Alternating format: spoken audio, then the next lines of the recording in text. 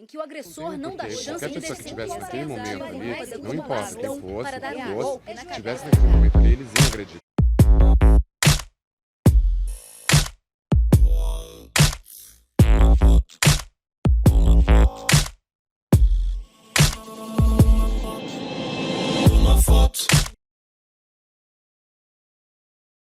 Na verdade, o projeto existe antes mesmo de existir a exposição e antes mesmo de ganhar esse nome. Ele surge de uma sessão de fotos que eu fiz com a Camila Dias, que é a fotógrafa responsável pelas fotos que são expostas, que veio de um acontecimento pessoal e também de um incômodo. Antes de acontecer comigo, eu tinha visto, entre tantas outras notícias que a gente vê todo dia, mas notícias dos amigos que tinham sido agredidos saindo de uma festa com lâmpadas fluorescentes. Isso tinha me deixado muito chocado, eu era bem novo, né? Eu nem me entendia direito ainda enquanto homossexual, mas foi meu primeiro contato mais direto com um nível de agressividade tão grande para com pessoas da qual eu via uma certa semelhança, que eu não sabia qual era ainda. 3 rapazes voltavam de uma festa, conversavam tranquilamente na calçada. Estes adolescentes caminhavam no sentido contrário. Repare neste jovem. Ele brinca com 2 lâmpadas fluorescentes. De repente, sem qualquer motivo, usa a lâmpada como bastão para dar um golpe na cabeça de um dos rapazes. Depois de alguns segundos paralisado, é agredido de novo e reage. Um ataque rápido em que o agressor não dá chance de defesa. Na internet, os agressores frequentavam comunidades de apologia à violência, como um soco vale mais que 1000 palavras, e comigo é joelhada na cara. E aí, depois de um tempo, aconteceu comigo. Em 2016, eu voltava de um ensaio e eu fui abordado por um casal numa moto. A princípio, eu achei que era um assalto, né? E eu tava de bicicleta, eles queriam levar a minha bolsa. E eu comecei a sentir como se o rapaz tinha vindo na minha direção, como se ele estivesse me dando socos. E só que depois de um tempo, quando eles foram embora, eles levaram a bolsa, eu vi que tava ficando quente no lugar onde eu tinha sentido esse soco. E aí eu descobri depois que na verdade tinham sido apunhaladas com algo pontiagudo. Não sei se era uma faca, se era um estilete, o que era. E eu tenho algumas cicatrizes ainda, alguma no peito, uma na barriga. E a mais marcante foi uma que ficou a 3 centímetros para cima do ânus, que eu lembro muito bem, como se fosse hoje, quando ele deu essa última, foi a última antes dele ir embora, ele falou: é disso que você gosta, né? Eu passei muito tempo com isso na minha cabeça, tentando entender o que era isso, se era realmente um assalto, se essa frase era só uma frase qualquer. E eu vi que não, que ali tinha um ataque homofóbico. Eu não comentei sobre isso com quase ninguém, eu guardei isso pra mim. Até que um dia eu criei coragem, um ano depois, de expor isso. E aí eu chamei a Camila pra fazer essas fotos. Ela topou. E aí a gente teve essa ideia dessas fotos com alguns elementos do que aconteceu comigo, do que aconteceu com os rapazes, que eram essas lâmpadas. Então a gente conseguiu muitas lâmpadas e a gente colocou muito sangue, porque era a imagem que eu tinha do que tinha acontecido comigo. Eu lembro de ter muito sangue na minha roupa, nos machucados. E a gente juntou essas coisas e fizemos algumas fotos. Essas fotos tiveram uma certa repercussão no falecido Facebook, né, da época. E vários compartilhamentos, comentários de apoio e solidariedade das pessoas. Eu me lembro que a primeira vez que eu vi as fotografias da Camila foi quando eles fizeram uma postagem na rede social, no Facebook. E eu lembro que na época já me impactou bastante, achei bem forte e principalmente pelos elementos que eles escolheram usar, né? Eles usaram sangue cenográfico e alguns elementos que remetiam a casos reais que tinham acontecido recentemente no Brasil. Naquele momento, acho que ainda não existia um projeto. Foi a repercussão dessa postagem que acabou mostrando para eles que aquele material tinha potencial para ser um projeto incentivado. Então eles tentaram o edital do Aniceto Mate e foi um dos projetos contemplados. E aí surgiu a ideia de transformar isso, a princípio, num livro. A gente queria fazer um livro. Mas aí a gente se tocou que nenhum dos dois tinha nenhuma proximidade com essa linguagem, esse lugar. E aí a gente resolveu então que ao invés de um livro, podia ser uma exposição e que essa exposição tivesse algum material para as pessoas levarem, que se aproximasse de um livro. Eu tive que trabalhar com a semiótica sensível, pensando no texto, verbo visual, pensando na intenção do diretor, pensando na intenção do curador, da fotógrafa. Nós fomos crescendo juntos durante as fases, o processo do projeto. Nas nossas reuniões a gente conversava sobre a intenção, o que poderia ser assimilado e pensando e evoluindo juntos. Então, eu acredito que todos nós crescemos e, sobretudo, eu posso dizer sobre mim, né, que profissionalmente, sensivelmente, foi um crescimento estrondoso participar desse projeto. Foram muitas reuniões, muitas conversas, e aí a gente viu que faltava alguma coisa ainda para não ficar uma coisa muito pessoal. E foi então que eu tive a ideia de recolher relatos de pessoas que passaram por coisas parecidas. E também de pessoas que eram de outra sigla, né? Eu tô ali como representando a sigla G, mas a gente sabe que existem muitas outras. E eu queria ver e ouvir e ler dessas pessoas o que elas tinham que dizer. Então a gente abriu um questionário para recolher anonimamente esses relatos. E acho que foi um dos momentos mais pesados, assim. Ler as coisas que as pessoas disseram. Foram muitos casos de violência incuráveis, assim, de pessoas que foram abusadas e maltratadas pela própria família, por próprias pessoas de dentro de casa, violências muito mais graves que beiravam ali a morte, né, que a pessoa não morreu por pouco.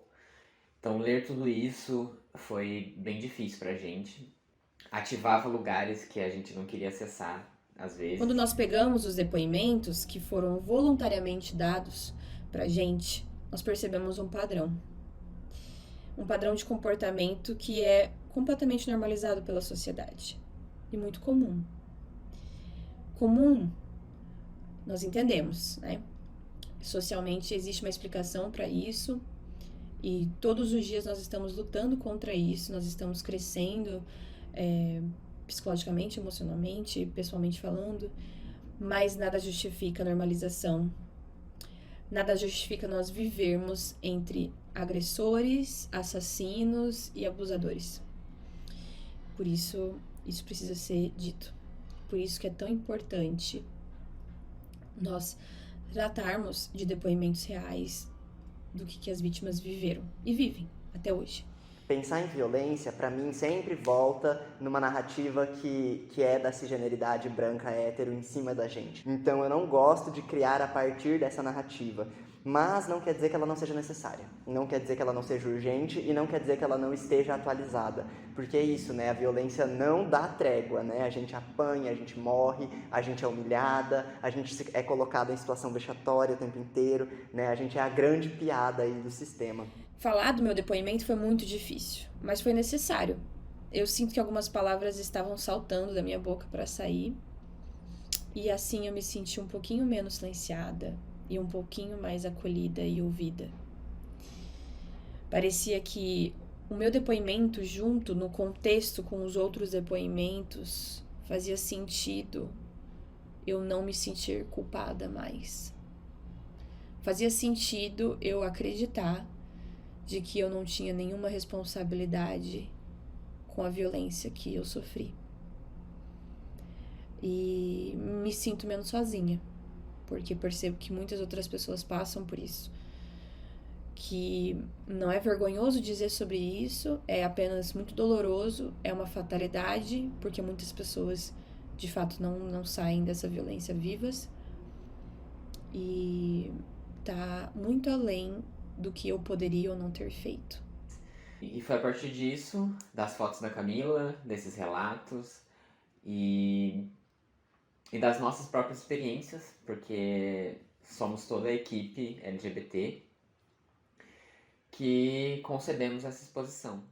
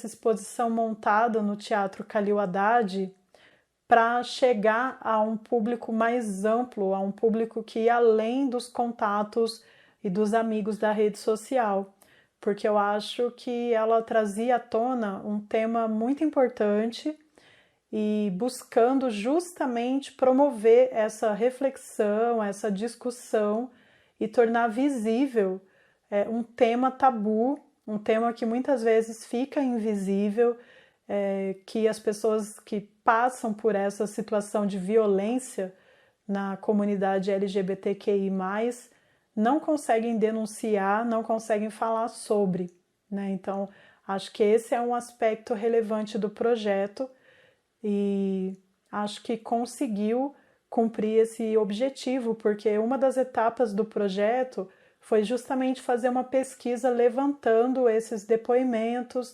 esses relatos que foram usados na própria exposição e também no catálogo. Lembro também da abertura da exposição, né, que teve um coquetel feito com muito capricho, com muito carinho pelo Leonardo, pela Camila, todo trabalhado na cor vermelha, e foi um evento que contou com a participação de convidados e que já demonstrou também o interesse que a exposição e que essa temática despertava.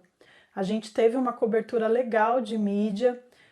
Infelizmente, claro, não foi todos os veículos que a gente conseguiu pautar, porque em alguns lugares existe resistência sim para esse tema, mas a gente conseguiu espaços importantes em que o Leonardo pôde falar, em que eles mostraram as imagens e mostraram também a interatividade que a exposição promovia com o público em algumas partes e tal. Tem muito dessa pegada interativa, que é imergir as pessoas dentro desse lugar que a gente é forçado a estar.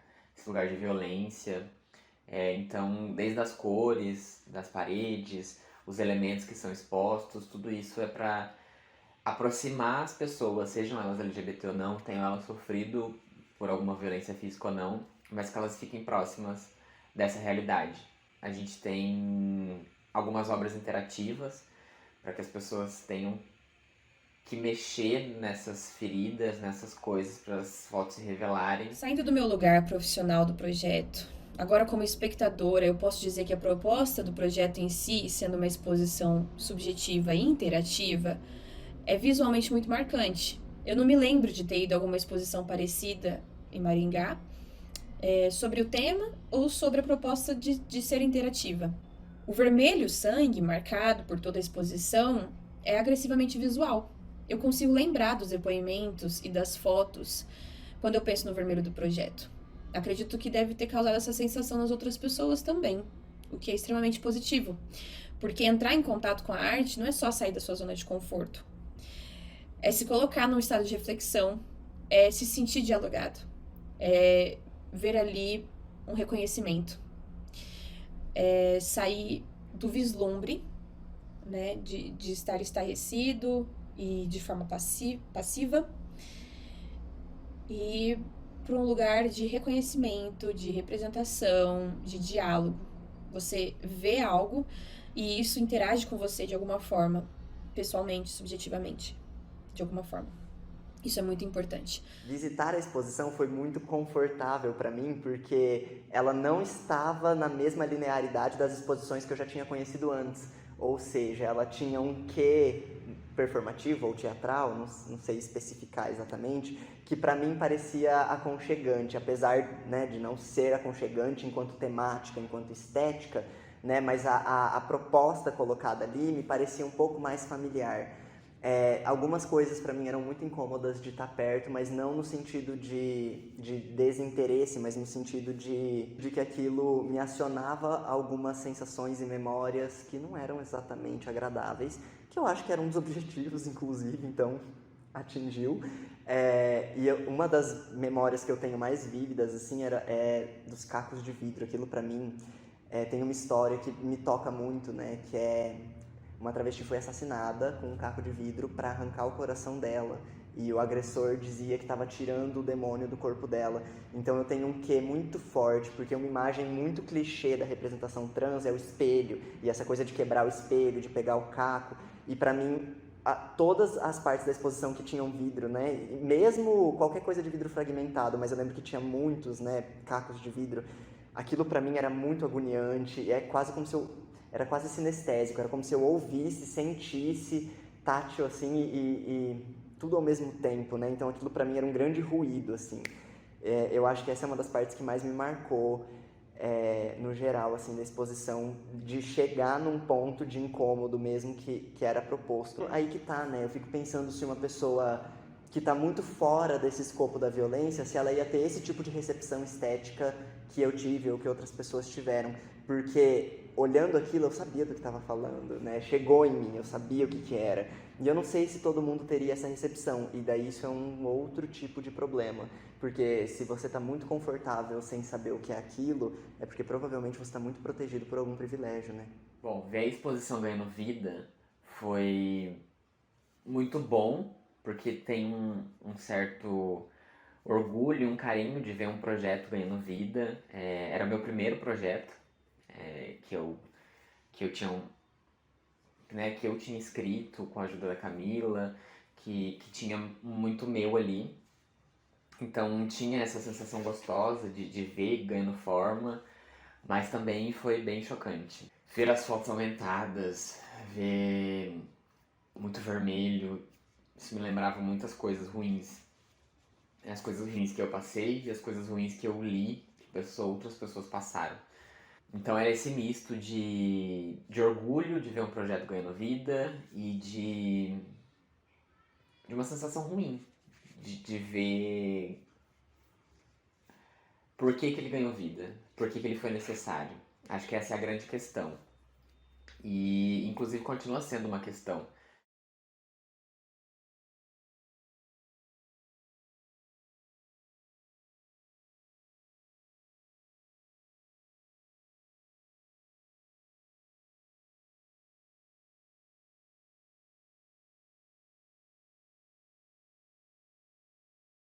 E eu fiquei muito feliz que ele teve depois uma nova montagem no Convite às Artes Visuais. A exposição já aconteceu 2 vezes, a primeira pelo projeto do Aniceto e a segunda pelo Convite às Artes Visuais, que é um projeto municipal. Quando estava acontecendo a segunda vez, que foi recentemente, alguns meses atrás, tivemos um caso na cidade de um outro garoto que foi agredido, teve que passar por cirurgia de reconstrução facial e tantos outros que a gente vê todos os dias. Então ainda é um projeto necessário e isso me assusta. Não gostaria que fosse um projeto que seguisse sendo necessário. E às vezes está até mais necessário do que na época que ele foi concebido. Isso me assusta bastante de pensar sobre isso.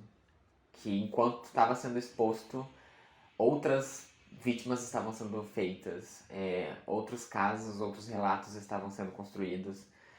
E isso é bem difícil de lidar. O que eu fico pensando se não fizesse mais sentido, não teria por que ter um mapa da violência, né? Não teria por que ter um mapa do feminicídio. E se essas coisas ainda existem, é porque a gente ainda precisa resolvê-las. E tudo bem, sabe? Colocar isso em exposição não exatamente resolve o problema.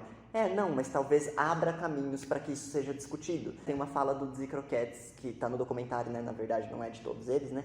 Mas que eu gosto muito, que é: por que não fazer arte, que é muito melhor, né?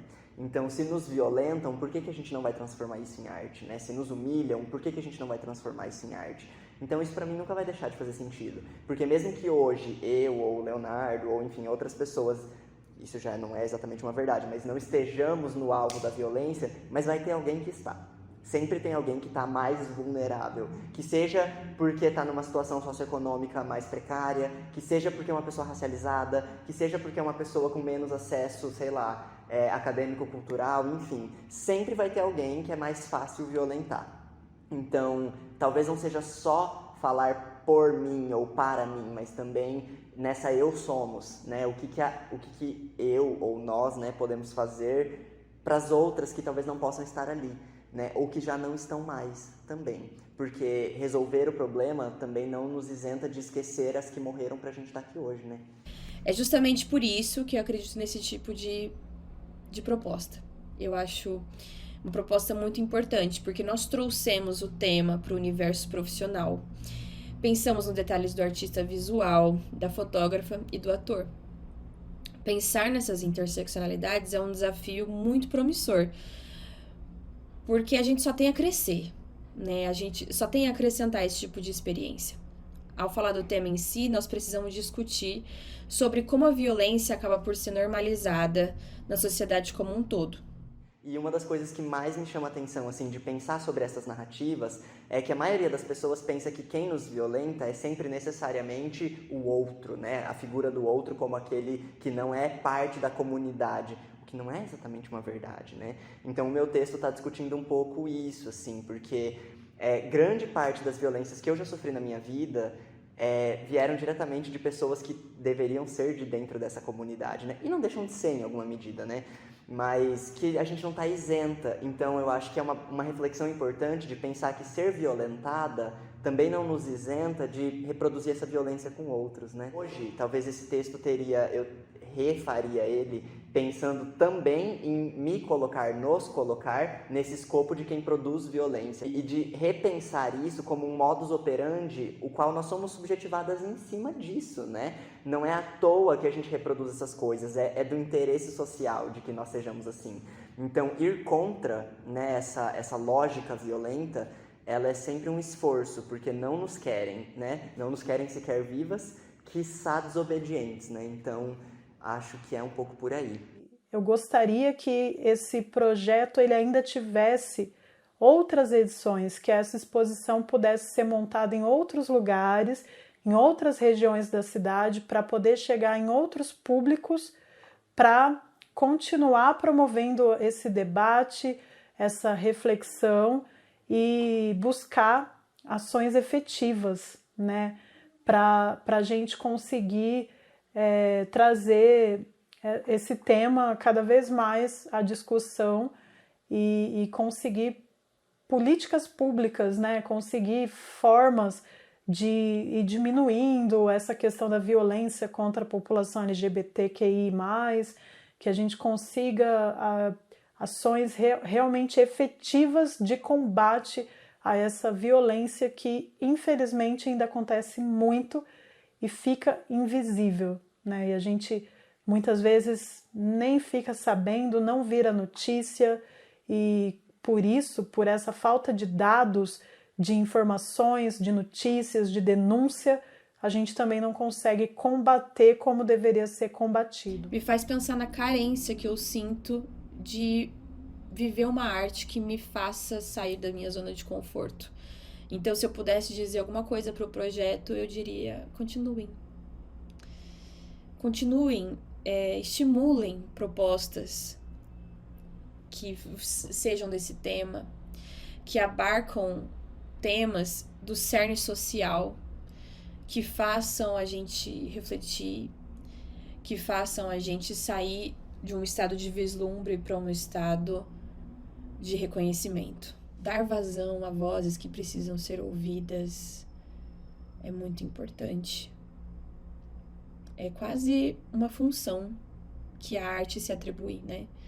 A arte, naturalmente, ela não tem função, mas ela acaba tendo quando a gente está numa situação tão politicamente controversa, dolorosa e que afeta a sobrevivência dos dias. Então, façam ser ouvidos aqueles que não têm espaço para falar. E a gente teve relatos bem legais de pessoas que saíram de lá bem emocionadas e que depois leram os textos do catálogo, viram as outras fotos, outros trechos de relatos e se sentiram muito tocadas. E eu acho que é um pouco disso a exposição. Acho que para além de expor esses casos, abrir portas para reflexão,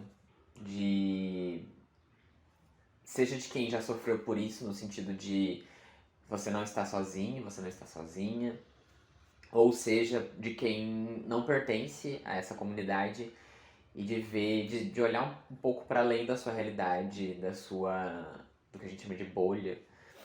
Então, a gente teve relatos bem legais de ambos os lados.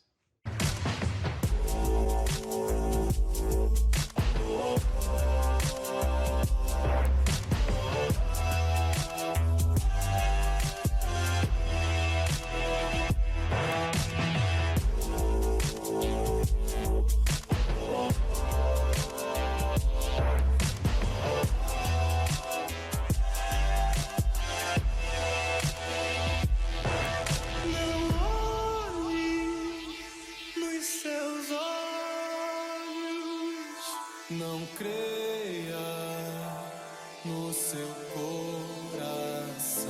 Não beba do seu copo. Não tenha compaixão. Diga não à aberração.